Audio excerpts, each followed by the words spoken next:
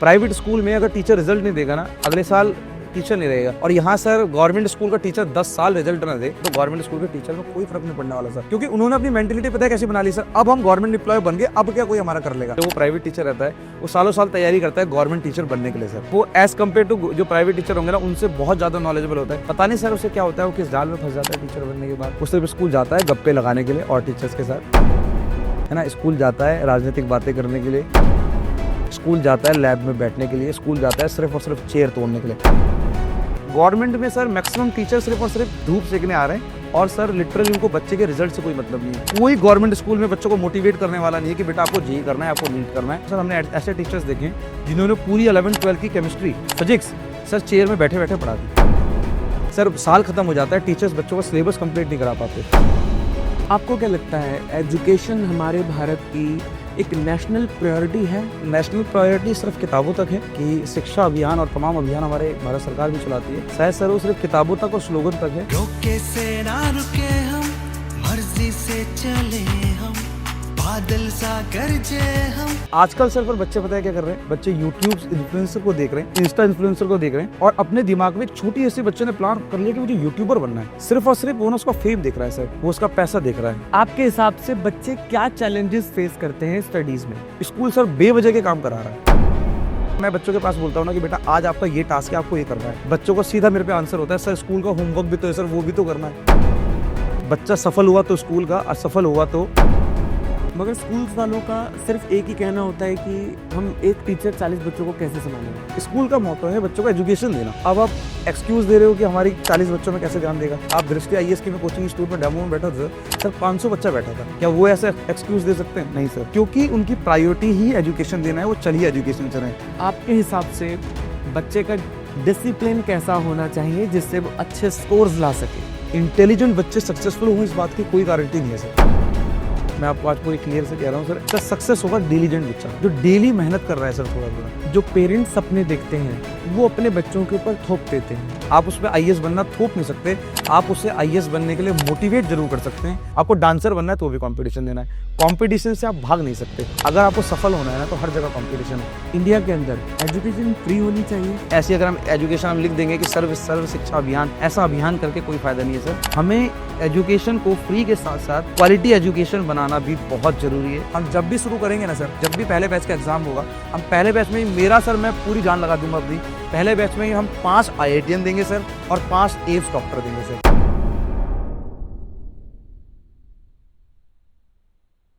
क्या doctors, engineer या officer बनने का सपना सिर्फ उन्हीं का है जिनके पास मोटी फीस भरने की ताकत है? आज हम बात करेंगे एफोर्डेबल एंड क्वालिटी एजुकेशन की, साथ ही हम बात करेंगे कोचिंग इंस्टीट्यूट की जो कॉम्पिटिटिव एग्जाम की तैयारी कराते हैं, लेकिन उन्होंने एजुकेशन को एक बिजनेस बना के रख दिया है। जी हां, उन्होंने एजुकेशन को एक धंधा बना के रख दिया है। मगर शायद कुछ ऐसे लोग भी हैं जिनके लिए एजुकेशन एक मिशन है। हमारे साथ हैं आज PC डिफेंस एकेडमी से मिस्टर अभिषेक, एक ऐसा नाम जो सिर्फ पढ़ाते नहीं बच्चों का भविष्य भी बनाते हैं। आज के पॉडकास्ट में हम जानेंगे बच्चों के सामने ऐसे कौन से चैलेंजेस होते हैं स्टडीज में, पेरेंट्स की क्या भूमिका रहती है, और कोचिंग इंस्टीट्यूट्स की असली जिम्मेदारी क्या है। यह सिर्फ एक बातचीत नहीं, ये एक आवाज है उन लाखों स्टूडेंट्स की जो एफोर्डेबल लेकिन इंपैक्टफुल एजुकेशन के हकदार हैं। तो चलिए शुरू करते हैं हम आज का पॉडकास्ट अभिषेक जी के साथ में। अभिषेक जी नमस्कार। नमस्कार सर, आपका बहुत बहुत स्वागत है हमारे पॉडकास्ट में। बहुत बहुत धन्यवाद सर, आपने मौका दिया हमें अपने पॉडकास्ट में आने का। बिल्कुल, बिल्कुल। और मैं रियली बहुत प्राउड फील कर रहा हूँ कि आज हम एक ऐसा टॉपिक के बारे में बात करने वाले जो बहुत जरूरी है देश के भविष्य के लिए। बिल्कुल, एजुकेशन मुझे लगता है हमारे भारत की रीढ़ की हड्डी है। हर बच्चे का एक प्राइमरी फैक्टर होना चाहिए एजुकेशन। हर बच्चा पढ़ा लिखा होना चाहिए, चाहे वो शहर का बच्चा हो चाहे गांव का बच्चा हो, क्योंकि एजुकेशन से ही हम आगे जा सकते हैं। बिल्कुल सही बात है सर, एजुकेशन ही एकमात्र ऐसा रास्ता है। मुझे लगता है सर आदमी को सक्सेसफुल होने के लिए ना, किसी भी बच्चे को, किसी भी स्टूडेंट को सक्सेसफुल होने के मुझे जो 3 पायदान नजर आते हैं या 3 पैमाने नजर आते हैं, या तो बच्चा के पास एक अच्छा नेटवर्क हो या लोगों के पास एक अच्छा नेटवर्क हो, ऐसा नेटवर्क जो उनकी बात सुने। दूसरा सर, या तो उनके पिताजी के पास पुरुषों के पास मतलब काफ़ी पैसा हो तो वो सक्सेस हो सकता है। तीसरा सर, बच्चे के पास एक सबसे सस्ता और सबसे इम्पैक्टफुल हथियार होता है बुक्स। अगर सर बच्चा बुक्स को साथ लेके चले ना तो ज़िंदगी में बहुत आगे जा सकता है। और एक मिडिल क्लास, एक लोअर मिडिल क्लास के पास एक ही हथियार है, सिर्फ और सिर्फ बुक्स। तो सर इसीलिए मुझे लगता है कि एक एजुकेशन भी ना बहुत ज़रूरी है। हालांकि आप पैसा तो कमा सकते हैं सर, आप सम्मान नहीं कमा सकते बिना एजुकेशन के। अगर सर एजुकेशन ना होना तो शायद दो लोग एक दूसरे से बात भी ना कर पाएं अच्छे से, है ना। एजुकेशन इसलिए भी बहुत जरूरी है। आजकल सर पर बच्चे पता है क्या कर रहे हैं, बच्चे यूट्यूब इन्फ्लुएंसर को देख रहे हैं, इंस्टा इन्फ्लुएंसर को देख रहे हैं और अपने दिमाग में एक छोटी ऐसी बच्चे ने प्लान कर लिया कि मुझे यूट्यूबर बनना है ना। बच्चे ने प्लान कर लिया कि मुझे इंस्टा इन्फ्लुएंसर बनना है। सिर्फ और सिर्फ वो ना उसका फेम देख रहा है सर, वो उसका पैसा देख रहा है ना, कि भाई पैसे ऐसे भी तो कमा सकते हैं, सक्सेस ऐसे भी तो हो सकते हैं। पर शायद बच्चा ना, कई बच्चे सर ऐसा सक्सेस तो कम लोग हो पाते हैं, कई लोग फेलियर भी होते हैं। वो बच्चे उन फेलियर यूट्यूबर्स को तो देख नहीं रहे, वो बच्चे उन फेलियर इंस्टाग्राम इन्फ्लुएंसर को तो देख नहीं रहे, वो कुछ सक्सेस को देख रहे हैं और उस सक्सेस के पीछे भागने की कोशिश कर रहे हैं, जिससे मैक्सिमम बच्चे फिर से फेल हो रहे हैं। बहुत सही कहा। और इसीलिए सर एजुकेशन ही सर एक ऐसा हथियार है जिससे बहुत सारे बच्चे सक्सेसफुल हो सकते हैं। मुझे लगता है एज कम्पेयर टू यूट्यूब ने बहुत कम बच्चों का, बहुत कम लोगों का घर पाला होगा एज कम्पेयर टू एजुकेशन ने। एजुकेशन बहुत लोगों का परिवार पालती है सर। आपको क्या लगता है, एजुकेशन हमारे भारत की एक नेशनल प्रायोरिटी है, प्राथमिकता है हमारे भारत की? सर मुझे लगता है नेशनल प्रायोरिटी सिर्फ किताबों तक है, कि शिक्षा अभियान और तमाम अभियान हमारे भारत सरकार भी चलाती है, शायद सर वो सिर्फ किताबों तक और स्लोगन तक है। क्योंकि आज ना प्रायोरिटी शिक्षा से ज़्यादा बच्चों के मेंटेलिटी ऐसी मिल चुकी है कि शिक्षा से ज़्यादा बच्चा महत्व देता है सर धन को। बच्चा प्रायोरिटी, बच्चे के दिमाग में पता है क्या है, कि मैं इसलिए पढ़ रहा हूँ क्योंकि मुझे कमाना है। बच्चा इसलिए पढ़ रहा है, इंस्टाग्राम वीडियोस इसलिए बना रहा है क्योंकि मुझे पैसा कमाना है सर। जब तक सर बच्चा इसलिए नहीं पढ़ेगा ना कि मुझे किसी की लाइफ में इम्पैक्ट डालना है सर, तब तक उस पढ़ाई का कोई फायदा नहीं सर, मुझे ऐसा लगता है। और सर बिल्कुल आपने सही कहा, मुझे नहीं लगता सर हमारे देश की प्रायोरिटी शिक्षा है आज के डेट में। और ये बनाना हमारा काम है, हम एजुकेटर्स का बनाना काम है, हमारे जैसे और तमाम देश में एजुकेटर्स हैं इनका बनाना काम है कि हमें एजुकेशन प्रायोरिटी हो सर। बहुत खूबसूरत और बहुत शांत देश होगा अगर हमारे देश की प्रायोरिटी एजुकेशन होगी सर। बिल्कुल बिल्कुल। जो देश संपन्न है, जो देश आगे बढ़ रहे हैं, वो एजुकेशन से ही बढ़ रहे हैं, बिल्कुल सही, वो पढ़ाई से बढ़ रहे हैं। बिल्कुल सही। और जो देश में पढ़ाई नहीं है, एजुकेशन नहीं है, उस देश का डाउनफॉल है। बिल्कुल सही बात। हम बच्चों की बात कर रहे हैं, स्टडीज की बात कर रहे हैं, एजुकेशन की बात कर रहे हैं। यहाँ पे बच्चों के अपने अपने चैलेंजेस भी होते हैं स्टडीज को लेके, या जब बच्चा पढ़ता है या एजुकेशन में है, आपके हिसाब से बच्चे क्या चैलेंजेस फेस करते हैं स्टडीज में? सर मैं क्योंकि एज अ मैथमेटिक्स टीचर भी हूँ, तो मैं बच्चों के दर्द को ना बहुत बेहतर तरीके से समझता हूँ सर। बच्चा सर स्कूल के लिए सुबह 6:30 उठता है, बच्चा स्कूल जाता है, स्कूल से लगभग 2 बजे तक घर आता है। मैं आपको एवरेज स्टूडेंट का वो बता रहा हूँ सर रूटीन। बच्चा घर आता है, खाना खाता है, थोड़ा रेस्ट करता है, बैग उठाता है सर, ट्यूशन्स की तरफ जाता है और कुछ 1, 2 या 3 घंटे ट्यूशन्स पढ़ता है, वापस आता है, बचे हुए स्कूलों के बेफिजूल के फाइल के काम करता है। मैं झिझकूंगा नहीं सर ये बोलने में, बेफिजूल के वो एक की कॉपी दोस्त की कॉपी से उठा के नोट करना, और सर इस तरीके से उसका पूरा टाइम चला जाता है।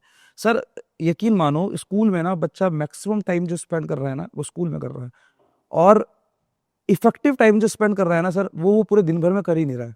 यकीन मानो बहुत कम स्कूल ऐसे हैं, प्राइवेट स्कूल जो होते हैं ना सर, बुक्स आपको प्राइवेट स्कूल से लेनी है, किताबें आपको प्राइवेट स्कूल से लेनी है, आपको शूज ड्रेस और तमाम चीज़ें प्राइवेट स्कूल से लेनी है, बस एजुकेशन आपको बाहर से लेनी है। सर इतने सारे स्कूल्स हैं, एज कम्पेयर टू उतने ही ज़्यादा सर कोचिंग इंस्टीट्यूट भी हैं। अगर स्कूल का पैटर्न से सुधर जाए ना तो बच्चे को बहुत ईजी हो जाएगा सर। स्कूल सर बेवजह के काम करा रहा है, मैं फिर से बोल रहा हूँ, मैं हेजिटेट नहीं होगा सर बोलने में, क्योंकि सर मैं बच्चों के पास बोलता हूँ ना कि बेटा आज आपका ये टास्क है, आपको ये करना है, बच्चों को सीधा मेरे पे आंसर होता है सर स्कूल का होमवर्क भी तो है सर, वो भी तो करना है ना सर। वो बहुत बड़ा चैलेंज है। और वो स्कूल के होमवर्क से ना यकीन मानो सर बच्चा इंटरनेट से ये साथ वाले किसी कॉपी से टेप रहा होता है सर, है ना, प्रॉपर चेप रहा होता है, कुछ नहीं सीख रहा होता। तो सर ये बहुत बड़ा चैलेंज है स्कूल जो बेवजह के काम दे देता है ना। बच्चा सफल हुआ तो स्कूल का, असफल हुआ तो बच्चा ध्यान नहीं दे रहा है, बच्चा घर पे ध्यान नहीं दे रहा है। ये बहुत बड़ा डाउनफॉल है सर, ये बहुत बड़ा चैलेंज है। मगर स्कूल वालों का सिर्फ एक ही कहना होता है कि हम एक टीचर 40 बच्चों को कैसे संभालेगा। सर क्यों रखें फिर आपने 40 बच्चे? स्कूल का मोटो है, मैं स्कूल से कहता हूँ, स्कूल का मोटो है बच्चों को एजुकेशन देना, अच्छी एजुकेशन देना। और अब आप एक्सक्यूज दे रहे हो कि हमारी 40 बच्चों में कैसे ध्यान देगा। सर कोचिंग इंस्टीट्यूटों में भी, आप दृष्टि आईएएस की मैं कोचिंग इंस्टीट्यूट में डेमो में बैठा था सर, 500 बच्चा बैठा था। क्या वो ऐसे एक्सक्यूज दे सकते हैं? नहीं सर, क्योंकि उनकी प्रायोरिटी ही एजुकेशन देना है, वो चलिए एजुकेशन से रहे। सर स्कूल चल रहा है इंफ्रास्ट्रक्चर से, है ना, जितना बड़ा इंफ्रास्ट्रक्चर, पेरेंट्स उस तरफ ज्यादा अट्रैक्ट होंगे, मुझे ऐसा लगता है। और सर ये होना नहीं चाहिए, अच्छी एजुकेशन की तरफ पेरेंट्स अट्रैक्ट होना चाहिए, है ना सर। तो मतलब स्कूल को होमवर्क जो ये सब चीजें ना, ड्रामा, ये बहुत बड़ा चैलेंज है बच्चों के एजुकेशन में सर, बहुत ही बड़ा चैलेंज है सर। इसीलिए आज आप देखा होगा मैक्सिमम आप जितने भी सक्सेसफुल बच्चों को देखोगे ना सर, जो इंडिया के टॉप आईआईटीज पहुंचते हैं, टॉप एनआईटीज पहुंचते हैं सर, वो कहीं ना डमी स्कूल को ले रहे हैं। हालांकि गवर्नमेंट ने बंद भी कर दिया काफी हद तक, पर सर बिना उसके ना आईआईटी निकालना असंभव है। स्कूल की एजुकेशन से पास करके अगर बच्चा आईआईटी निकाल देता ना सर, शायद आज कोचिंग इंस्टीट्यूट नहीं होते। स्कूल की एजुकेशन का लेवल सर ये है, और सर कॉम्पिटिटिव एग्जाम का लेवल ये है सर। इस बीच के गैप को भरने के लिए ना कोचिंग इंस्टीट्यूट बहुत बड़ा रोल प्ले करता है। अगर स्कूल में इस लेवल का पढ़ाया जाए कि कंपटीशन क्लियर हो जाए ना सर, मुझे नहीं लगता है कभी हो पाएगा। कोचिंग इंस्टीट्यूट का बहुत बहुत बड़ा रोल है सर। पर बच्चे ना दिन भर ना स्कूल के होमवर्क, स्कूल के file, dance activity, other activities, इन सब में उलझा होता है सर। ये मुझे एज अ टीचर मैं बहुत पेन फील करता हूँ जब मैं बच्चों को कहता हूँ कि यार आपको ये होमवर्क करना है, और बच्चों का जवाब होता है सर स्कूल का भी तो काम है, सर स्कूल में टीचर्स डांटेंगे। बच्चा सीख नहीं रहा है सर, टेप रहा है। ये चैलेंज है, जो हमारी लैंग्वेज में हम कहते हैं रट्टाफिकेशन। बस रट्टाफिकेशन सर, कॉपी चल रहा है सर आजकल, कॉपी पेस्ट। रट्टाफिकेशन भी हमारे टाइम पे कहते थे, आजकल कॉपी पेस्ट चल रहा है सर। स्कूल में अगर टीचर पढ़ा रहा है तो बच्चा बोर्ड से कॉपी कर रहा है, स्कूल में अगर टीचर्स ने कोई होमवर्क दिए तो किसी अच्छे बच्चे की कॉपी से या इंटरनेट से कॉपी कर रहा है। पूरा कॉपी पेस्ट चल रहा है सर, बच्चा सीख नहीं पा रहा है। एजुकेशन का मेन मोटो होना चाहिए दिमाग के चक्षु खोलना। कुछ नहीं हो रहा है सर, बच्चा पेस्ट कर रहा है। आपके हिसाब से बच्चे का डिसिप्लिन कैसा होना चाहिए जिससे वो अच्छे स्कोर्स ला सके? सर स्कूल एजुकेशन में मैं बात करूं, बच्चों के डिसिप्लिन की अगर मैं बात करूं जिससे वो अच्छा स्कोर ला पाए, बच्चे को सर ना इंटेलिजेंट बच्चे सक्सेसफुल हों इस बात की कोई गारंटी नहीं है सर। मैं आपको आज पूरी क्लियर से कह रहा हूं सर, इंटेलिजेंट बच्चे सक्सेस होंगे इस बात की कोई गारंटी नहीं है सर। सक्सेस होगा डिलीजेंट बच्चा, जो डेली मेहनत कर रहा है सर, थोड़ा थोड़ा, है ना। तो डेली अगर हम बच्चे पे मेहनत करें, या डेली बच्चा 2-2 घंटे डेली पढ़े ना, तो कोई प्रेशराइज नहीं है स्कूल के बोर्ड एग्जाम में मार्क्स लेके आना। कोई बहुत बड़ा टास्क नहीं है जी एडवांस क्लियर करना, अगर बच्चा रेगुलर पढ़े सर। बच्चा तो पढ़ता ही नहीं है आज का। हाँ सर, ये भी बहुत बड़ा चैलेंज है। तो वही मैं कह रहा हूँ ना सर, डिलीजेंट होना बहुत जरूरी है अगर आपको अच्छे मार्क्स लेके आने हैं। तो बाद में आपको प्रेशराइज बहुत फील करने की जरूरत भी नहीं है, आप थोड़ा थोड़ा पढ़ते रहें, आप स्कूल एग्जाम्स में बहुत अच्छे मार्क्स लेके आ सकते हैं, बोर्ड टॉप कर सकते हैं, है ना। आपका कई लोग बोलते हैं हम कर लेंगे, हम बाद में कर लेंगे। सर यकीन मानो बाद कभी आता नहीं है सर। अगर आप आज नहीं कर रहे हो ना तो इस बात की कोई गारंटी नहीं है आप कुछ दिन बाद भी करो। बिल्कुल सर, डिसिप्लिन मतलब बच्चों को डिलीजेंट बनना है। अगर मैं आपका एक बात में आंसर दूं, इंटेलिजेंट बच्चों को साइड कर देते हैं, इंटेलिजेंट तो सभी होते हैं सर, डिलीजेंट बनना बहुत जरूरी है। आपको डेली थोड़ा थोड़ा मेहनत करनी है। मुझे लगता है एक 10-12 बोर्ड में मार्क्स लेके आने के लिए बच्चा 2-3 घंटे भी डेली पढ़े ना, वो बहुत अच्छा स्कोर कर सकता है। यही एक डिसिप्लिन है, डेली पढ़ो। बच्चों के स्टडीज के सफर में, एजुकेशन के सफर में पेरेंट्स का क्या रोल होना चाहिए आज के समय में? सर पेरेंट्स का रोल तो जब बच्चा होता है ना सर, छोटा बच्चा, 5th से मैं बात कर लेता हूँ, 5th से लेकर 8 तक के बच्चे की बात हम करते हैं। बच्चा सर ना बहुत कच्चा घड़ा होता है, मतलब मिट्टी होता है सर। आप उसको एक गिलास में डालेंगे ना, मतलब गिलास की शेप देना चाहेंगे वो ले लेगा, आप उसे मग की शेप देना चाहेंगे वो ले लेगा। पर सर उसी बच्चे को जब बच्चा वो 11th-12th में जाएगा ना सर, आप सर उसे मार लो, पीट लो, कुछ भी कर लो सर, तब डिसीजन उसके होंगे। पेरेंट्स कितना भी कहते हैं कि हमारा बच्चा बहुत ओबीडियंट है, नहीं, 11th-12th में आने के बाद सारे डिसीजन बच्चा अपने अकॉर्डिंग लेता है ना। हम जो हम लोग पेरेंट्स जो हेल्प कर सकते हैं बच्चे को, वो इस एज ग्रुप में कर सकते हैं, 5th to लेकर 8। तब पेरेंट्स ध्यान नहीं दे रहे होते, इस एज ग्रुप में बोलते बाद में दे देंगे, अभी तो बच्चा छोटा है, अभी तो बच्चा छोटा है। सर ये एज ग्रुप बहुत अच्छा है, अगर आपको बच्चे को जिस रूप में ढालना है ना, बच्चे को आप उस रूप पे ढाल सकते हैं। ये पेरेंट्स की प्रायोरिटी रहनी चाहिए इस एज ग्रुप में। बाद में तो बच्चा नहीं सुनेगा सर। मैं क्योंकि सर बच्चों के ना बहुत करीब रहा हूँ, इसलिए मैं ये सब बातें कह पा रहा हूँ। अभिषेक जी, कई बार ऐसा होता है कि जो पेरेंट्स सपने देखते हैं वो अपने बच्चों के ऊपर थोप देते हैं। बच्चे का मन नहीं होता वो काम करने का, बच्चे का मन नहीं होता वो बनने का, मगर पेरेंट्स अपना सपना बच्चे के ऊपर थोप देते हैं। बच्चे के ऊपर क्या असर पड़ता है? सर बच्चे के ऊपर असर कुछ पड़ता ही नहीं है सर। आप ये समझो, बच्चा अगर आप पेरेंट्स ने उसके ऊपर सपने थोपे ना, तो कुछ आउटपुट नहीं मिलने वाला सर। बच्चा ना जब तक अपने इंटरेस्ट से कोई चीज नहीं कर रहा होगा ना, उसमें कुछ रिजल्ट नहीं मिलने वाला। आपने आईएएस बनना था, आप नहीं बन पाए, आपने कहा मेरा बच्चा आईएएस बनेगा, तो सर आपके कहने से वो आईएएस नहीं बनेगा। आप उसमें आईएएस बनना थोप नहीं सकते, आप उसे आईएएस बनने के लिए मोटिवेट जरूर कर सकते हैं, आप उसे आईएएस बनने के सपने दिखा सकते हैं। पर आप अगर जबरदस्ती थोपेंगे ना सर, आप यकीन मानो वो उसका कुछ आउटपुट नहीं मिलने वाला। ना ही वो बच्चा आईएएस बनेगा और ना ही वो बच्चा वो बनेगा जो वो बनना चाह रहा था। मतलब बच्चों के सपने मारने जैसी बातें सर ये मेरा ये मानना है कि आप ना क्या करिए, आप बच्चों को बिल्कुल खुला छोड़ दीजिए। बच्चे को कहिए जो तेरे को करना है ना बेटा कर, हम तेरे साथ खड़े हैं। सर ये एक बहुत बड़ा वर्ड होता है कि हम तेरे साथ खड़े हैं। जिस पेरेंट्स ने अपने बच्चों को कह दिया ना हम तेरे साथ खड़े हैं, तेरे हर फेस में हम तेरे साथ खड़े हैं, तेरे डाउनफॉल होगा हम भी तेरे साथ खड़े हैं, पर तुझे सिर्फ और सिर्फ मेहनत करनी है और जिस फील्ड में तू मेहनत करना चाहता है तो उस फील्ड में मेहनत कर। ये अगर पेरेंट्स अपने बच्चों को कहेंगे ना, इस तरीके से बच्चों को सपोर्ट करेंगे ना, तो बच्चा बहुत आगे जाएगा। अपने सपने थोपना सर, मैं फिर कह रहा हूँ, कोई आउटपुट नहीं आने वाला, कोई रिजल्ट नहीं आने वाला। आप अपने सपने बच्चों पे थोप करके बच्चे के भी सपने तोड़ रहे हैं, है ना। फिर हो सकता है वो कभी सपने देखने लायक बचे ही ना, वो सपने देख ही ना पाए, क्योंकि उसे पता है कि मेरे सपने देखने क्या फायदा, है ना। जो पेरेंट्स कह रहे हैं हमें वो करना पड़ रहा है। मैंने सर बिल्कुल बहुत करीब से जाके इस चीज़ को देखा है। एक बच्चे की मैं छोटी सी स्टोरी आपको सुनाऊंगा। बच्चे ने कहा कि भैया मुझे ना पीसीएम लेना है, और बच्चे का बहुत मन था सर जेई क्लियर करने का, और मम्मी ने कहा ये इंजीनियर हमने कहाँ देखे हैं, डॉक्टर्स बहुत अच्छा करियर है, आपको पीसीबी लेना चाहिए, आपको पीसीबी लेना चाहिए।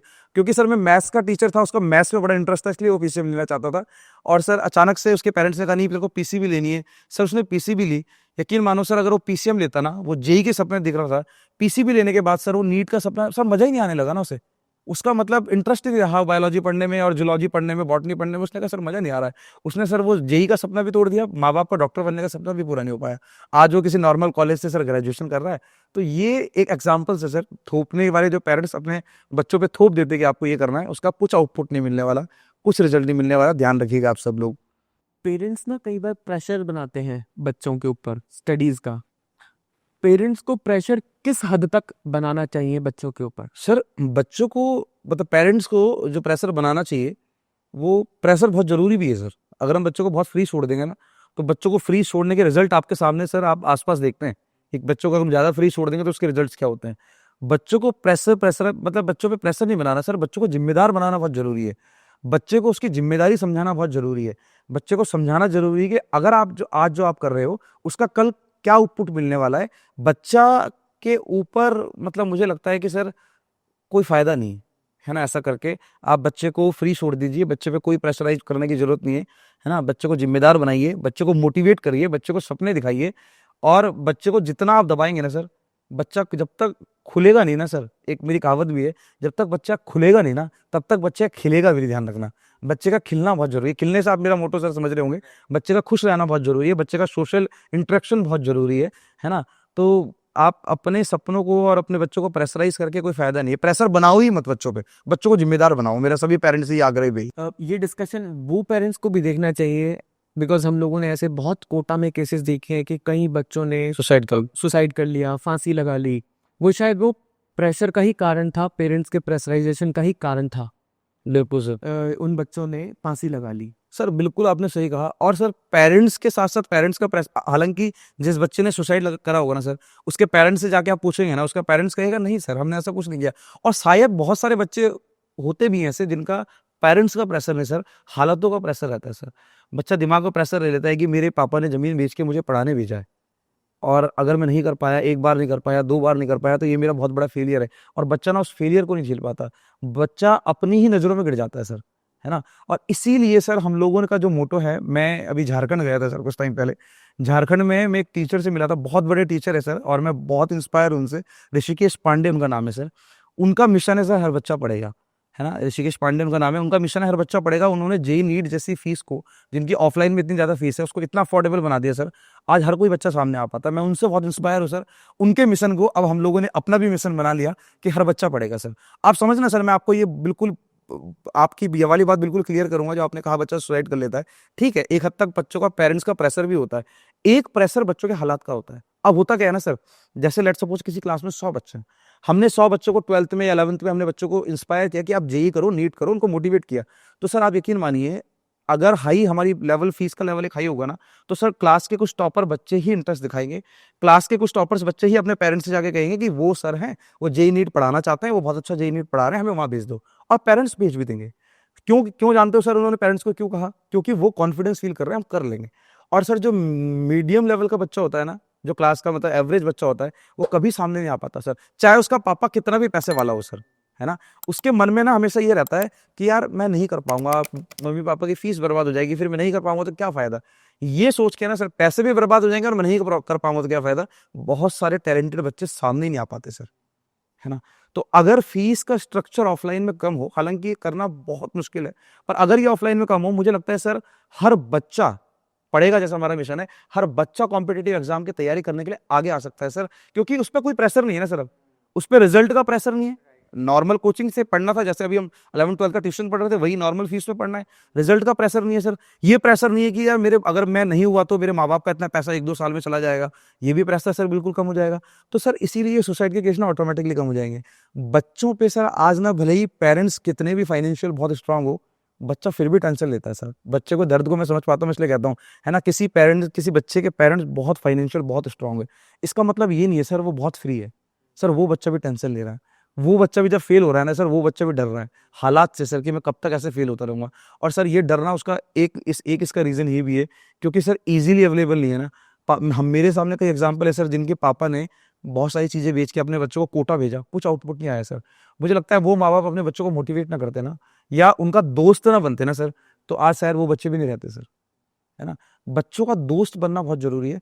अफोर्डेबल एजुकेशन जिस दिन होगी ना, मुझे लगता है सुसाइड करने के केस कम हो जाएंगे, है ना। बच्चे के दिमाग में कोई प्रेशर नहीं रहेगा कि मेरे पापा ने जमीन बेच के नहीं मुझे पढ़ाया है ना। तो सर ये भी मतलब मुझे लगता है ये भी एक बहुत बड़ा रीजन है कि जो वो लेवल लाना पड़ेगा, वो आप और हमको ही वो लेवल लेके आना पड़ेगा, और वो इस स्ट्रक्चर का सही बात, इस स्ट्रक्चर का वो इंस्टीट्यूशंस को ही एक मुहिम चलानी पड़ेगी। बिल्कुल सही बात। अगर हर बच्चे को पढ़ाना है तो एक फीस को अफोर्डेबल करना पड़ेगा। बिल्कुल सही बात है सर। करंटली भी हमारी फीस बड़ी अफोर्डेबल है, मैं इस बारे में आगे बात करूंगा, आप ये सवाल भी है बिल्कुल सर। अभी क्या है कि अफोर्डेबल फीस भी है, और दूसरा सर कई बच्चों को ना हम लोग निःशुल्क भी पढ़ा रहे हैं सर। इसलिए नहीं कि वो बच्चे बहुत टैलेंटेड है, क्योंकि सर बच्चा भी छोटा है, हम वो बच्चा आगे क्या कर देगा हम नहीं जज कर सकते सर। हम लोग कुछ बच्चों को फ्री हमने सिलेक्ट करके इसलिए भी पढ़ा रहे हैं सर, ताकि वो बच्चे जो पढ़ने के लिए डेडिकेटेड है, उनका एजुकेशन बैकग्राउंड क्या रहा, वो पढ़ाई में पहले कितने कमजोर रहे, डजंट मैटर सर, आगे वो कुछ भी उखाड़ सकते हैं अपनी लाइफ में। तो इसलिए सर हम उन बच्चों को ही फ्री पढ़ा रहे हैं जो बिल्कुल भी वो अफोर्डेबल फीस भी नहीं दे पाते, है ना। हमारा मतलब एक टास्क है कि हम अपनी क्लास के 20% बच्चों को फ्री पढ़ाएंगे सर।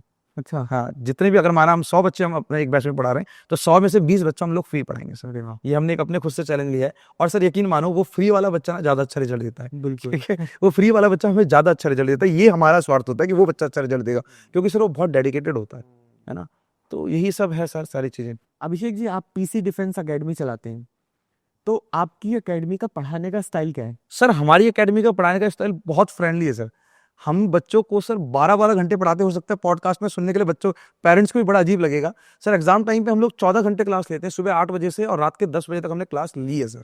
और पेरेंट्स जब हम शुरू में हम बोलते हैं पेरेंट्स को कि इस तरीके से एग्जाम टाइम पे हम क्लास लेंगे, पेरेंट्स बड़े सरप्राइज होते हैं कि हमारा बच्चा इतनी देर तक नहीं बैठ पाएगा सर, उस पर बहुत प्रेशर होगा। मैं पेरेंट्स से एक बात कहता हूँ कि आप 3 दिन बच्चे को हमारे पास छोड़िए, अगर आपके बच्चे को प्रेशर लगा ना, आप अपने बच्चे को वापस ले जाइएगा, और जो भी आपने छोटी सी फीस जमा करी हम आपको 100% फीस वापस करेंगे।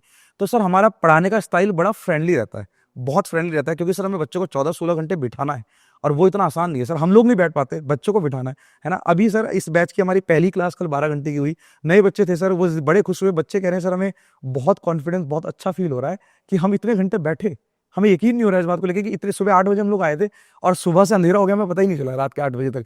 सो सर हमारा पढ़ाने का स्टाइल ना बहुत मतलब वो रहता है, बहुत फ्रेंडली रहता है। और हम लोग इसी बात पे लेके काम कर रहे हैं कि सर मिडिल क्लास का बच्चा जब पढ़ता है ना, तो पता है क्यों पढ़ता है? क्योंकि उसे जॉब करनी है सर, उसे अपने हालात बदलने, उसे सर रोज एक सब्जी नहीं खानी, उसको अपनी सब्जियां बदलनी है ना, उसे अपने घर का इंफ्रास्ट्रक्चर बदलना है। इसलिए एक मिडिल क्लास का बच्चा पढ़ रहा होता है। और सर ये कब कर पाएगा? जब वो कॉम्पिटिशन क्लियर कर पाएगा। सिंपल सी बात है। इन गोल्स को बच्चा तब अचीव कर पाएगा जब वो कॉम्पिटिटिव एग्जाम क्लियर कर पाएगा। अगर उसे इंजीनियरिंग फील्ड में जाना है तो जेई, नीट, एनडीए इस तरीके के एग्जाम जब बच्चा क्लियर करेगा, या कोई एसएससी के एग्जाम्स कोई क्लियर करेगा, यूपीएससी के एग्जाम जब क्लियर करेगा, तो ही वो अपने हालात बदल सकता है। और एग्जाम तब क्लियर करेगा सर जब उसे चीजें पता होंगी, है ना। मैं हर पेरेंट्स को बार बार ये कहता हूं कि अपनी बच्चों को 5th क्लास से, इवन 4th क्लास से ही बच्चे हमारे पास हैं, 4th क्लास से ही बच्चे को कॉम्पिटिटिव माहौल में आप ढाल दीजिए। हो सकता है आपको इस बात का एहसास अब ना हो रहा हो, आपको कुछ टाइम बाद होगा कि हमारा बच्चा बहुत पीछे छूट गया। कंपटीशन में रहना बहुत जरूरी है, कंपटीशन के एग्जाम्स देना बहुत जरूरी है अभी से, क्योंकि आज नहीं दोगे सर कल तो देना है। आपको क्रिकेटर बनना है तो भी कंपटीशन देना है, आपको डॉक्टर बनना है तो भी कंपटीशन देना है, आपको डांसर बनना है तो भी कंपटीशन देना है। कंपटीशन से आप भाग नहीं सकते। हो सकता है आप आज बच जाएं, कुछ टाइम बाद आपको फेस करना पड़ेगा अगर आपको सक्सेसफुल होना है तो। आपको सर होटल्स में, मैं अपमान नहीं कर रहा हूँ किसी का, अगर आपको होटल में लेट सपोज आपको वेटर्स की जॉब करनी है तो कोई कंपटीशन नहीं है सर। आपको मजदूर बनना है, कोई कंपटीशन नहीं है सर। अगर आपको सफल होना है ना तो हर जगह कंपटीशन है। कंपटीशन में अभी से बच्चे को ढालना बहुत जरूरी है। 5th क्लास से सर बहुत सारे ओलंपियाड शुरू हो जाते हैं, कई कॉम्पिटेटिव एग्जाम शुरू हो जाते हैं, सैनिक स्कूल हो जाता है, आरएमसी हो जाता है, आरएमएस हो जाता है सर। बहुत से पेरेंट्स को इन चीज़ों के बारे में पता ही नहीं होता। बहुत सारे कॉम्पिटेटिव एग्जाम 5th क्लास से शुरू हो जाते हैं। बच्चे को ना इनकी तैयारी कराना शुरू कर दो आप। मेरी बात इतनी सी मान लो, आप सब लोग तैयारी कराना जरूर शुरू कर दो। आपको इन स्कूल्स में नहीं भेजना कोई बात नहीं, पर तैयारी करना बहुत जरूरी है। बच्चा या तो सीखेगा, है ना सर, और या फिर निखरेगा, है ना। बच्चा या तो निकलेगा, एक कहावत हम लोग कहते हैं पेरेंट्स को, या तो बच्चा निकलेगा और या फिर बच्चा निखरेगा। नुकसान नहीं होगा आपके बच्चे का, है ना, अगर बच्चा तैयारी करेगा तो। Abhishek ji, PC defence academy का फीस स्ट्रक्चर के बारे में अगर आप बताएं तो क्या है? सर हमारा जो 9-10 का फीस स्ट्रक्चर है सर, हमारा फीस स्ट्रक्चर सर 2 लोगों के लिए अलग अलग है।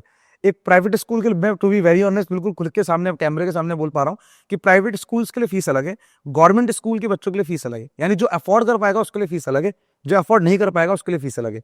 अच्छा सर, बच्चा प्राइवेट स्कूल के भी बहुत फीस आई पाई नहीं, आप हमारी फीस सुनेंगे बड़ा सरप्राइज होंगे।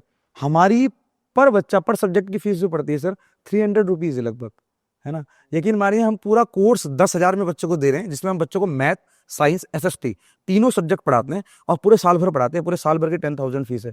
तो मतलब एवरेज अगर आप देखेंगे लगभग 300 से भी कम शायद पर मंथली पड़ जाता है ना। इतनी कम फीस में पढ़ा रहे हैं। ये मैंने आपको फीस बताई सर किनकी, प्राइवेट स्कूल वाले बच्चों की। गवर्नमेंट स्कूल के बच्चों को सर हम 6,300 रुपये में पढ़ा रहे हैं, है ना। पूरे साल भर की फीस हम इतनी ले रहे हैं और सर सिर्फ पढ़ा ही नहीं रहे हैं, रिजल्ट भी दे रहे हैं सर। और हमने रिजल्ट दिए हैं। हमने उत्तराखंड के बोर्ड टॉपर्स दिए हैं, जो जिनको आज उत्तराखंड गवर्नमेंट 80,000 स्कॉलरशिप देती है पर ईयर, इसी फीस स्ट्रक्चर में। हमने गवर्नमेंट स्कूल के बच्चों को IITian बनाया है। आज हमारे स्टूडेंट IIT पटना में भी पढ़ रहे हैं, गवर्नमेंट स्कूल से ही पढ़ा हुआ। आज हमारे गवर्नमेंट स्कूल के बच्चे भारतीय नौसेना में भी है। तमाम रिजल्ट हमने गवर्नमेंट स्कूल से ही दिए हैं सर। मैंने बताया ना, वो बच्चा बहुत डेडिकेटेड होता है सर, जो बहुत कम फीस दे रहा है, रिजल्ट वही देता है अक्सर। हाँ जी, मैं एक कोचिंग इंस्टीट्यूट में था, मैं नाम नहीं लूंगा। उन्होंने कहा कि, मैंने कहा सर आप इतने सारे बच्चों को फ्री पढ़ा रहे हैं, जब मैं टीचर किसी कहीं और जॉब करता था, तो उन्होंने कहा सर इसका मोटो क्या है, आप इतने सारे बच्चों को फ्री पढ़ा रहे हैं, रहना खाना सब आप दे रहे हैं। तो उनका जवाब था कि सर देखो, जो बच्चा हमें फीस नहीं दे रहा है ना, वो हमें रिजल्ट दे रहा है। और जो बच्चा फीस दे रहा है, फीस हमें एजुकेशन सिस्टम में चलाना जरूरी है, पर जो बच्चा फीस नहीं दे रहा है ना, वो बच्चा हमें रिजल्ट देगा, ध्यान रखना। तो 2 तरीके के बच्चे इंस्टीट्यूट में होते हैं, फीस देने वाला और रिजल्ट देने वाला। बच्चों को डिसाइड करना है उसे क्या बनना है। आज के समय में अभिषेक जी, इंडियन एजुकेशन में क्या कमी है? सबसे बड़ी कमी सर मुझे लगता है स्कूल सिस्टम में। कंपटीशन में कुछ और क्वेश्चंस पूछे जाते हैं सर, स्कूल में कुछ और पढ़ाया जाता है सर।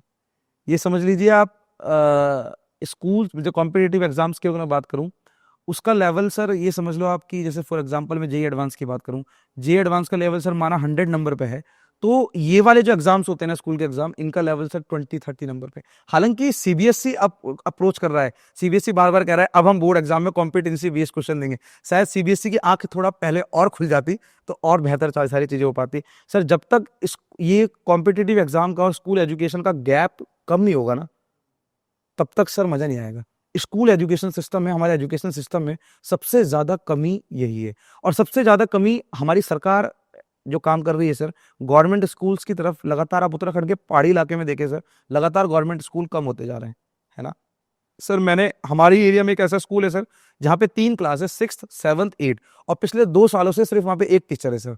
उस टीचर को स्कूल का मैनेजमेंट भी देखना है, गवर्नमेंट स्कूल की मैं बात कर रहा हूँ। वो टीचर सर कैसे 3 क्लासरूम में एक साथ पढ़ा सकता है? ये हालत है हमारे गवर्नमेंट स्कूल्स की सर उत्तराखंड में। मैं उत्तराखंड की बात कर रहा हूँ, मैं ज्यादा गवर्नमेंट्स को जानता नहीं, मैं उत्तराखंड की गवर्नमेंट स्कूल्स की बात कर रहा हूँ। और सर स्कूल्स में टीचर, आप अक्सर सर्दियों में जाके देखेंगे ना, स्कूल के टीचर सर बाहर धूप सेक रहे होते हैं गवर्नमेंट स्कूल के। सर ये वाला गैप जब तक गवर्नमेंट और प्राइवेट, मुझे तो लगता है सर, एक ऋषिकेश सर भी ये बात कहते हैं कि एक सर जब बच्चा या कोई भी जब गवर्नमेंट जॉब लगता है ना, गवर्नमेंट टीचर बनता है, तो उसके सर उसमें ऑफर लेटर में लिख देना चाहिए कि भाई आपके बच्चे गवर्नमेंट स्कूल में पढ़ने चाहिए। जिस दिन ये कंपलसरी हो जाएगा ना sir, education system automatically government school का सुधर जाएगा सर।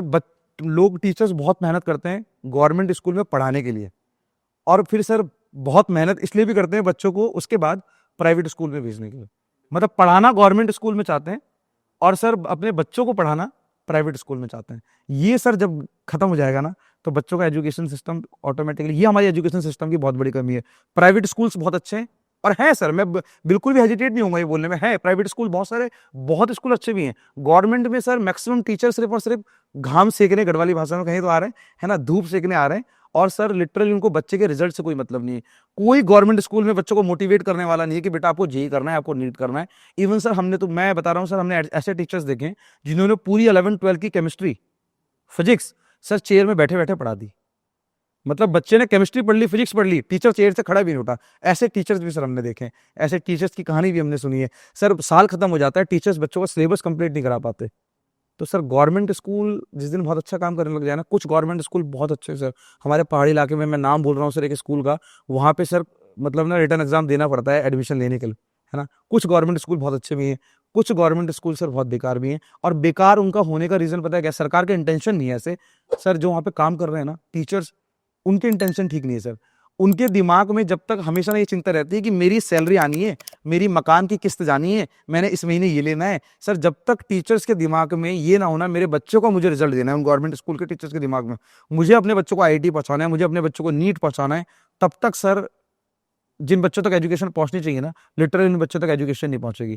क्योंकि जिसका बच्चा प्राइवेट स्कूल में पढ़ रहा है सर, मुझे लगता है अगर वो नहीं भी पढ़ेगा ना, भूखा नहीं मरेगा सर। जिनका बच्चा, जो अपने बच्चों को अच्छे स्कूल्स में भेज रहे हैं, उनका बच्चा अच्छा पढ़ भी नहीं पाया, जेई निकाल भी नहीं पाया, आईआईटी भी नहीं पहुंच पाया, डॉक्टर भी नहीं बन पाया, तो भूखा नहीं मरेगा सर, बुरे हालातों से नहीं गुजरेगा, क्योंकि वो फाइनेंशियली स्ट्रांग है। सर जो बच्चा गवर्नमेंट स्कूल में पढ़ रहा है ना, अगर वो पढ़ा नहीं ना सर, तो वो बर्बाद हो जाएगा सर, है ना। मतलब मैक्सिमम बच्चे सर अगर अच्छा पढ़ नहीं पाए ना गवर्नमेंट स्कूल के, तो जिंदगी में कुछ बड़ा उखाड़ नहीं पाएंगे, इस बात के भी बहुत कम चांस है। अभिषेक जी, आज के समय में बच्चों को कौन सी क्लास से कॉम्पिटिटिव एग्जाम्स की तैयारी करानी चाहिए? सर मुझे लगता है 4th क्लास से करा देनी चाहिए, है ना। कोर्स में तो बहुत छोटा होता है सर हम कराते हैं सर, क्योंकि अगले साल ही 5th में जाने के बाद बच्चे का एक एग्जाम होता है सर, राष्ट्रीय मिलिट्री स्कूल का, सैनिक स्कूल का। इसका लेवल भी बहुत अच्छा होने लगा है, तो 4th से बच्चों को तैयारी करा देनी चाहिए। 4th से आप तैयारी कराना शुरू करें, जो भी उसके एग्जाम सामने आ रहे हैं, मुझे लगता है इवन 4th से ही नहीं सर, हर दिन से तैयारी शुरू करा देनी चाहिए। कॉम्पिटिशन तो आज नहीं तो कल तो देना ही है सर, और जो बच्चा पहले से तैयारी कर रहा है ना, वो जीत जाएगा, आप हार जाएंगे। कई बच्चे सर 11th-12th में आते हैं, मैं 11th से कई बच्चों से बात करता हूँ, पूछता हूँ बेटा आपको आगे क्या करना है, आपने कुछ प्लान किया? उन्होंने कहा सर अभी तो नहीं किया, बाद में करेंगे सर, बाद में सोचेंगे सर। मैंने कहा बेटा बाद में सोचने लगेगा, बचोगे नहीं, है ना, क्योंकि आप अभी नहीं सोच पा रहे हो। सर बच्चे, जो बच्चा आईआईटी निकाल रहा है ना, वो स्कूल्स में मतलब वो आईआईटी की तैयारी क्लास 6th से करना शुरू कर देता है। एलन जैसे कोचिंग इंस्टीट्यूट में या कोटा में 6th क्लास 7th क्लास से तैयारी शुरू कर देना शुरू करता है, माइंडसेट बना लेता है। और आप 11th में आके बोल रहे हो अभी सोचा नहीं है ना। तो ये भी सर मुझे लगता है कि इसलिए बच्चों को पहले से ही तैयारी शुरू कर देना चाहिए। जब भी बच्चा थोड़ा सा जागरूक हो जाए ना, तैयारी शुरू कर दो, किसी भी एग्जाम की कर दो आप, पर तैयारी शुरू कर दो, ये बहुत जरूरी है सर। अभिषेक जी, स्कूल और कोचिंग में क्या डिफरेंस है? स्कूल और कोचिंग में डिफरेंस ये है सर, और वो गैप कभी पूरा हो भी नहीं पाएगा। स्कूल सर बच्चों को ना सिर्फ एजुकेशन नहीं देता, स्कूल का काम होता है बच्चों की ओवरऑल पर्सनैलिटी डेवलप करना, है ना। और कोचिंग का काम होता है सिर्फ एजुकेशन देना सर। ये एक बहुत बड़ा डिफरेंस है कोचिंग में। इसीलिए सिर्फ स्कूल पढ़ के बच्चा आईआईटी नहीं जा सकता, क्योंकि सर स्कूल का काम सिर्फ पढ़ाना नहीं है ना। अगर स्कूल का काम सिर्फ जिम्मेदारी सिर्फ पढ़ाना होता, तो सर शायद स्कूल से भी बच्चे आईआईटी निकाल देते, क्योंकि कोचिंग्स में बच्चा 3-4 घंटे तो दे रहा है, स्कूल में बच्चा 6-7 घंटे दे रहा है। तो स्कूल का और कोचिंग में डिफरेंस यही है सर कि स्कूल में जो बच्चा है ना सर, बच्चे का ओवरऑल पर्सनैलिटी डेवलप करना है, बच्चे का काम है। स्कूल्स का काम है बच्चे के ओवरऑल, बच्चे की एक्टिविटीज में ज़्यादा ध्यान देना, बच्चे की पर्सनैलिटी डेवलप करना। और कोचिंग का काम है बच्चे की एजुकेशन में बच्चे की सोचने की क्षमता को बढ़ाना, है ना। और स्कूल का काम है बच्चों को सोशलाइज करना। कुल मिला के अगर मैं एक शब्द में बात करूँ तो ये सर है। अभिषेक जी, आपके हिसाब से इंडिया के अंदर एजुकेशन फ्री होनी चाहिए? सर एजुकेशन फ्री, ये बहुत, हालांकि आपने ये बहुत चैलेंजिंग क्वेश्चन मुझसे पूछ लिया कि एजुकेशन फ्री होनी चाहिए कि नहीं होनी चाहिए। और सर एजुकेशन ना फ्री है भी। गवर्नमेंट स्कूल में अगर आप जाके देखें तो एजुकेशन ऑलमोस्ट फ्री है सर, है ना। इवन एजुकेशन ही नहीं फ्री है सर, बच्चे का bag, dress, shoes, everything free है। एजुकेशन फ्री है, बट एजुकेशन का फ्री होना बहुत ज़्यादा जरूरी नहीं है सर। एजुकेशन में क्वालिटी होना बहुत ज़्यादा जरूरी है।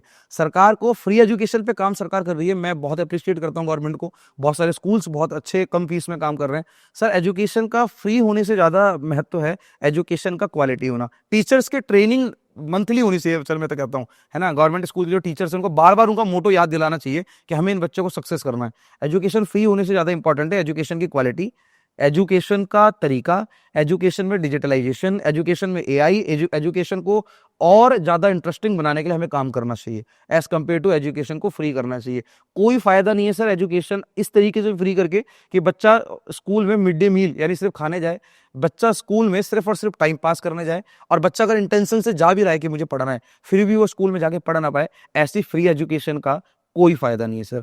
ऐसी अगर हम एजुकेशन हम लिख देंगे कि सर्व सर्व शिक्षा अभियान, ऐसा अभियान करके कोई फायदा नहीं है सर। हमें एजुकेशन को फ्री के साथ साथ क्वालिटी एजुकेशन बनाना भी बहुत जरूरी है, और हर बच्चे तक वो क्वालिटी एजुकेशन पहुंचे, ये भी एक गवर्नमेंट का मिशन होना चाहिए सर। मैं देख रहा हूँ सर, छोटे छोटे बच्चे भीख मांगने जाते हैं सर, और मैं बड़ा प्रभावित हूँ इस बात से सर। क्यों? अगर आप कह रहे हो कि शिक्षा फ्री है तो क्या उन बच्चों के लिए शिक्षा फ्री नहीं है? और उनकी क्या गलती है सर? मुझे लगता है गवर्नमेंट को अपने जो सरकारी स्कूल हैं, जो गवर्नमेंट स्कूल्स हैं, उनके ऊपर बहुत काम करना चाहिए। बिल्कुल सर। अब मैं यही बात जब कहता हूँ ना सर, तो कुछ मुझे यही सुनने को भी मिलता है कि गवर्नमेंट एजुकेशन में पैसा बहुत खर्च कर रही है। मैंने कहा दिखाओ ना आप कहाँ खर्च कर रही है सर। वो खर्च पता है क्या कर रही है? बिल्कुल सही बात है सर, गवर्नमेंट आईआईटी में खर्च कर रही है, गवर्नमेंट एम्स में खर्च कर रही है, गवर्नमेंट प्राइमरी एजुकेशन में कुछ खर्च नहीं कर रही है सर। टीचर्स की सैलरी पे कर रही है, इंफ्रास्ट्रक्चर बनाने में पे कर रही है सर, क्वालिटी एजुकेशन में कोई खर्च नहीं कर रही है सर, है ना। और मुझे लगता है इसमें एक किसी गवर्नमेंट की या किसी सिस्टम की गलती नहीं है, इसमें एट अ टाइम बच्चों के सामने पढ़ाने जो बैठा है सर उसकी गलती है। उसको टीचर को सैलरी मिलती है पढ़ाने की, है ना। टीचर्स को सैलरी घाम तापने की नहीं मिलती, टीचर को सैलरी रजिस्टर भरने की नहीं मिलती, टीचर्स को सैलरी मिलती है एजुकेशन देने की। और सर मुझे लगता है वही टीचर्स नहीं दे रहे हैं, उसके अलावा सब कर रहे हैं। अभिषेक जी, क्या सिर्फ अमीर बच्चों को ही आईएएस, जेई या नीट की तैयारी करने का हक है? नहीं सर, बिल्कुल भी नहीं है ऐसा सर। पहले होता था, लेकिन मानो एक एग्जाम होता है सर, आरआईएमसी, राष्ट्रीय इंडियन मिलिट्री कॉलेज। पहले लोग सोचते पूरे देश में एक स्कूल है सर हमारे देहरादून में, और देहरादून वालों को, कई लोगों को पता नहीं होता कि हमारे देहरादून में भी एक ऐसा स्कूल है जिसमें हर राज्य का बच्चा आने के लिए तड़पता है सर, तरसता है ना। पहले से सबको ये लगता था कि वहाँ पे ना ब्रिगेडियर्स के बच्चे पढ़ते हैं, वहाँ पे ना ऑफिसर्स के बच्चे पढ़ते हैं, और धीरे धीरे आज पता चला से कि सर वहाँ पे किसान का बच्चा भी पढ़ सकता है। और सर मैं एक स्टूडेंट को जानता हूँ सर, उसके पापा किसान है सर, और उसके all India rank girls category में 2 है सर, है ना। तो तब आज मतलब सर ये पहले चीजें लगती थी। पहले सर ना ऐसा लगता था कि आईआईटी सिर्फ जो अच्छे लेवल के लोग हैं या जो पैसे वाले लोग हैं उनके बच्चे जाते हैं, और जाते थे सर, क्योंकि कोचिंग वही बच्चे करा पाते थे।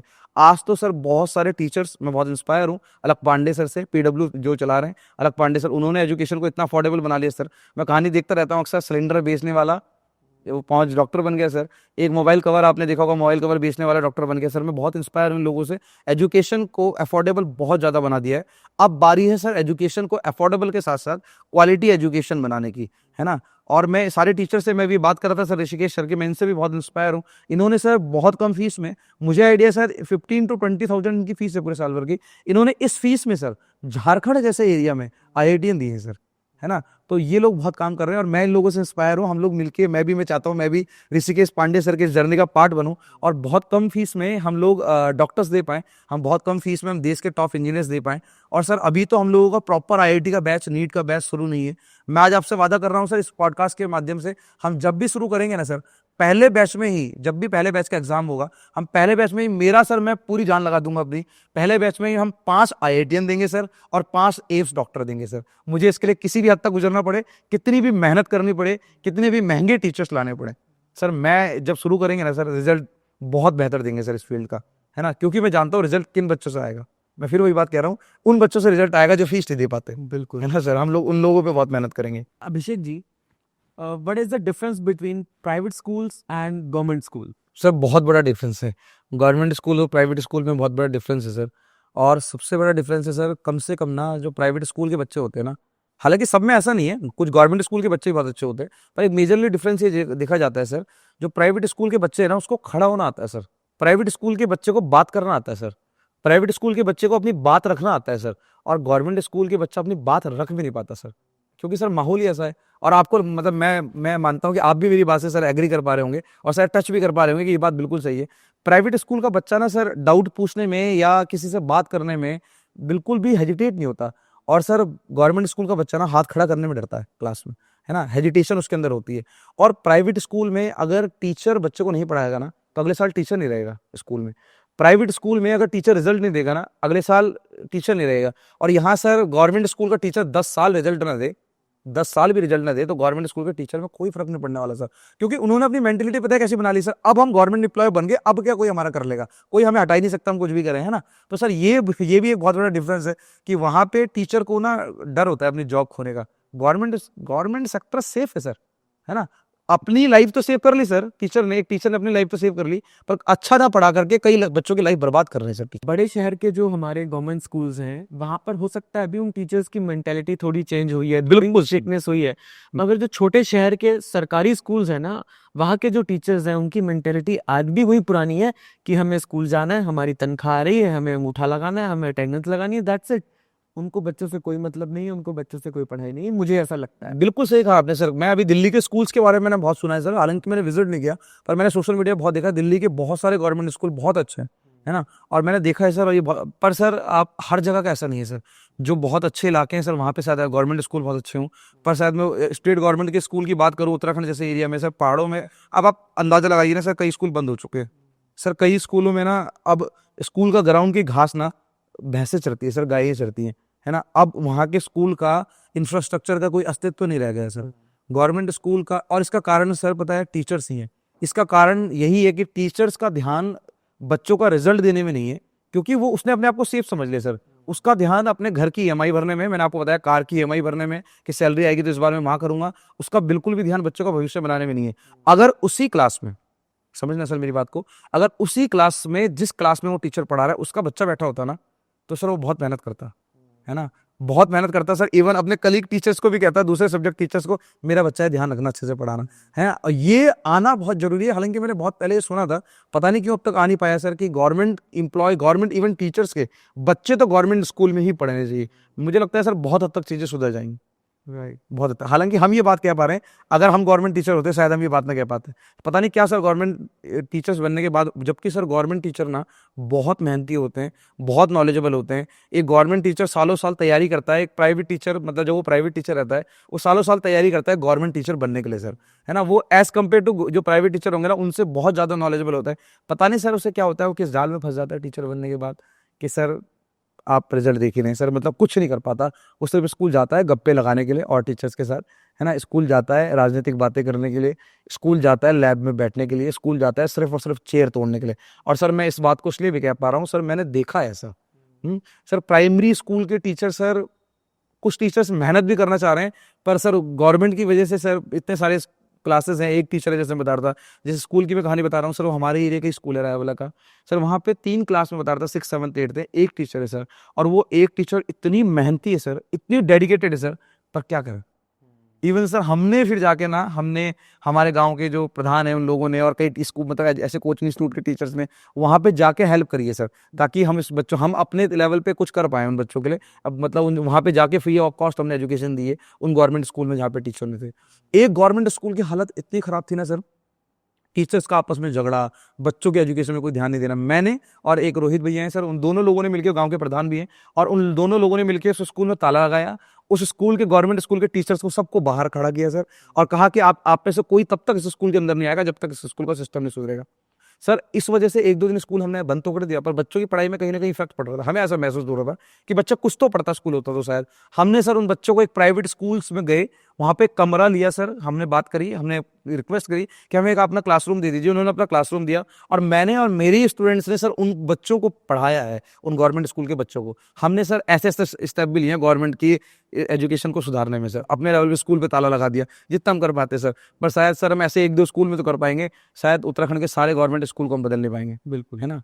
तो इसलिए सर हम अफोर्डेबल एजुकेशन बनाने की कोशिश कर रहे हैं sir. Coaching institute business centre बन चुके हैं, आपने बिल्कुल सही कहा, और जो कोचिंग इंस्टीट्यूट आज बिजनेस सेंटर बन चुके हैं ना, उनका कोई फ्यूचर नहीं है सर। जिनकी प्रायोरिटी कोचिंग इंस्टीट्यूट चलाने के बाद पैसा है ना सर, वो कोचिंग इंस्टीट्यूट आज है, शायद वो कल नहीं रहेंगे, है ना। सर मैं आपको अपने से एग्जांपल देता हूँ सर। मैं जब सर बच्चों को पढ़ाता था शुरुआती दौर पे ना सर, मैं बच्चों को सही में पढ़ाता था, बहुत अच्छा पढ़ाता था, और बाद में सर कुछ कंडीशंस ऐसी आई मेरे सराउंडिंग में सर, हालात ऐसा है कि मुझे ना, मेरे दिमाग में भी ना सर, पढ़ाने से ज़्यादा ना पैसा गूंजने लगा।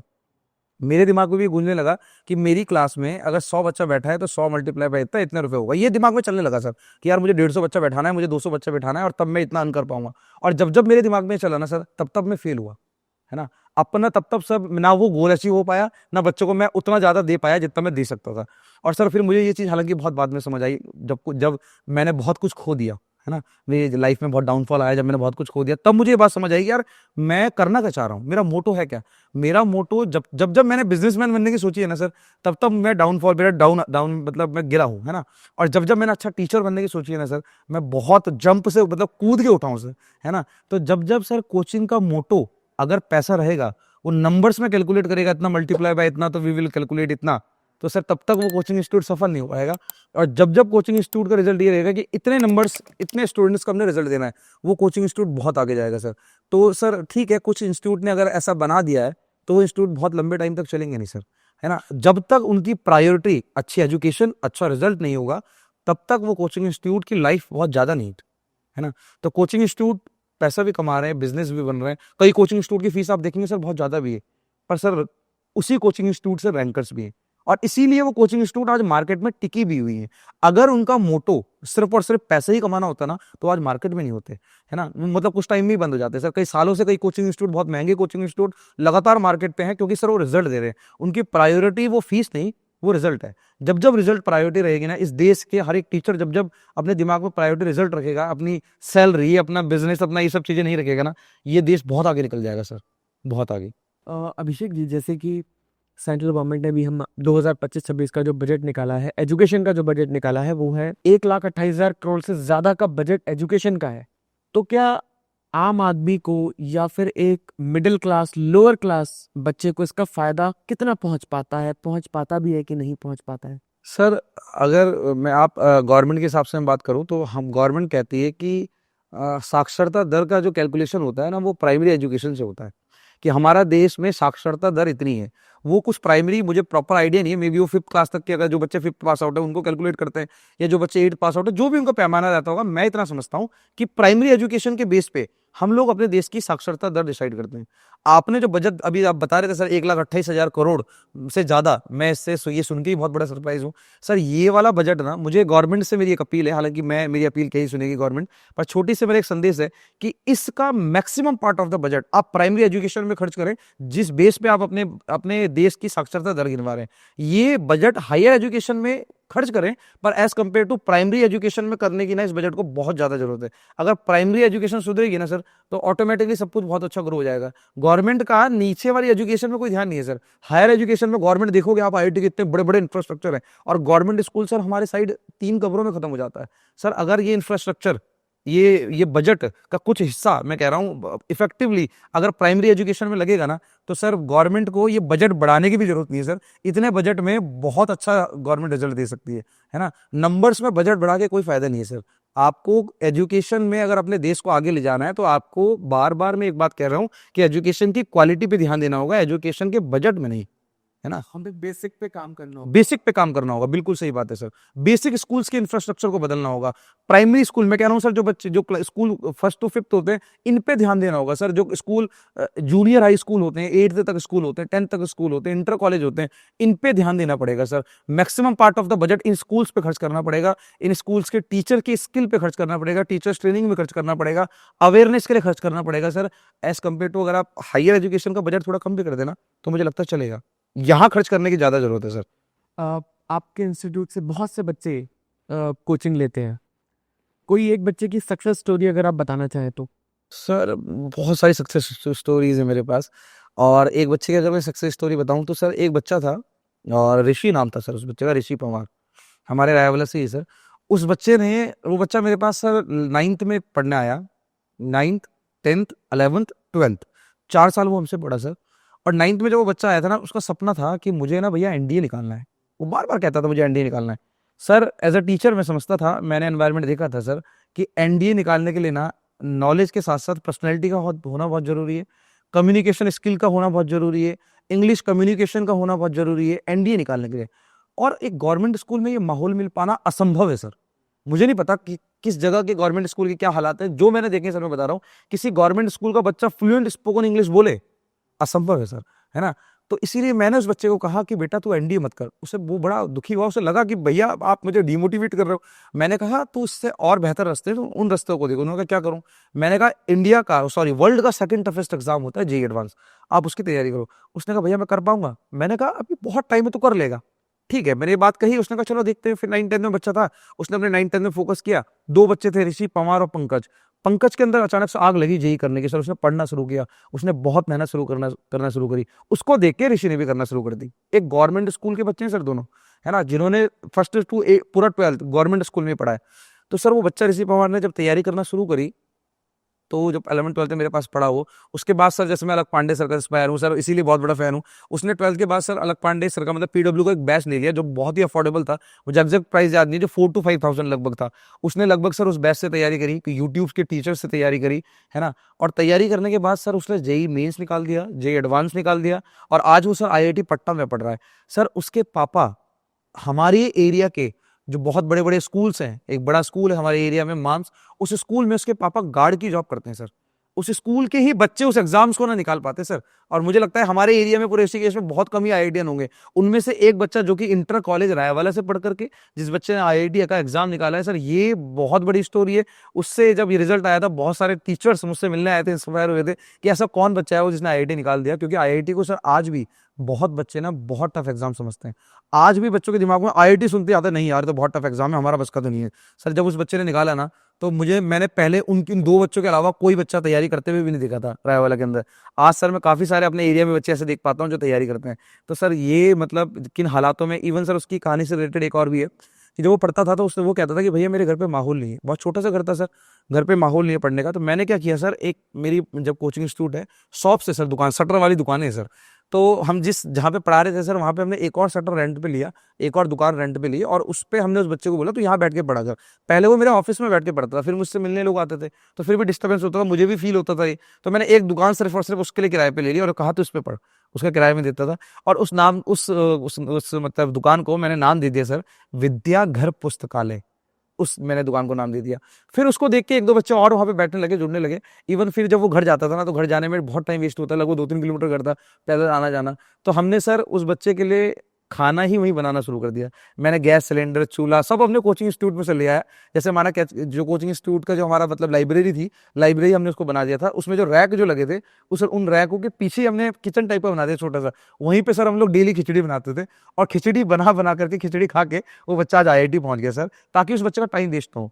हमसे जो हुआ हमने उस बच्चे के लिए वो कर पाए सर, है ना। और वो इस बात को मानता भी है, एग्री भी करता है, और हमें बहुत सपोर्ट भी करता है सर आज।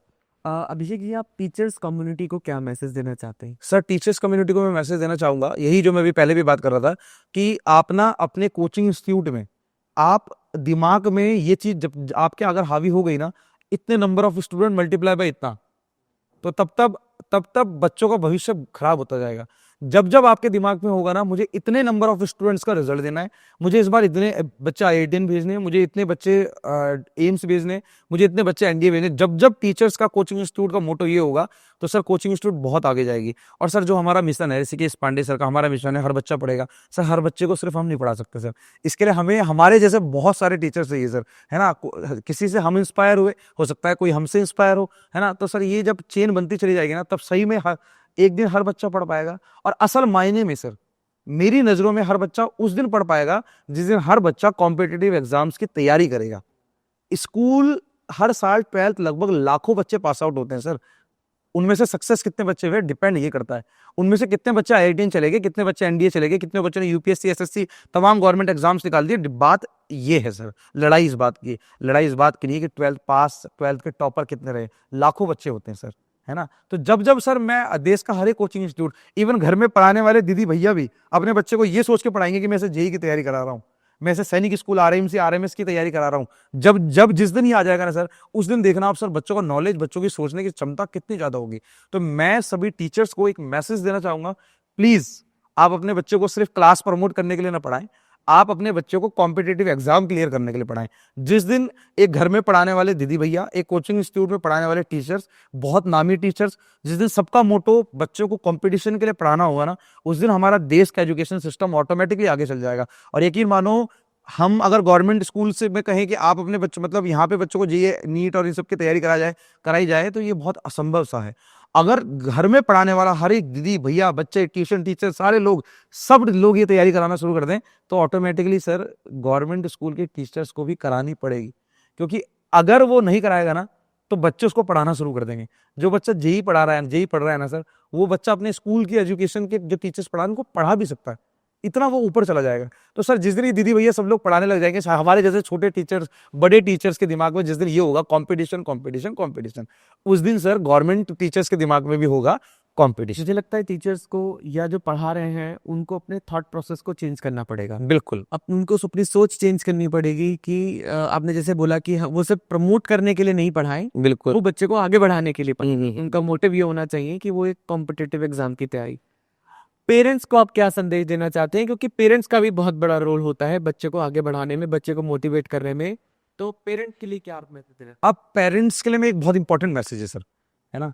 पेरेंट्स के लिए इंपॉर्टेंट मैसेज ये है कि आप ना बच्चा, मैं जैसे बता रहा था अभी कि 4th क्लास से बच्चों को तैयारी शुरू कर देना चाहिए, ये अक्ल ना 4th क्लास के बच्चे को नहीं होगी, ये अक्ल उसके पेरेंट्स को होनी चाहिए, ये समझ उसके पेरेंट्स को होनी चाहिए। क्योंकि 4th क्लास का बच्चा ये डिसीजन नहीं लेता कि मुझे ये करना है, मुझे वो करना है, मैं ऐसा कर लूँ, मैं ऐसा कर लूँ। ये जो डिसीजन लेगा ना सर, ये उसका पेरेंट्स लेगा। तो पेरेंट्स को भी मेरा सेम मैसेज है कि अपने बच्चों को कॉम्पिटिटिव एग्जाम्स की तरफ ढालो। आप यकीन मानो आपका बच्चा बहुत ज्यादा भीड़ से बहुत ज्यादा आगे निकल जाएगा जिस दिन आपका बच्चा गवर्नमेंट की कोचिंग करेगा, मतलब ये कॉम्पिटिटिव एग्जाम्स की कोचिंग करेगा।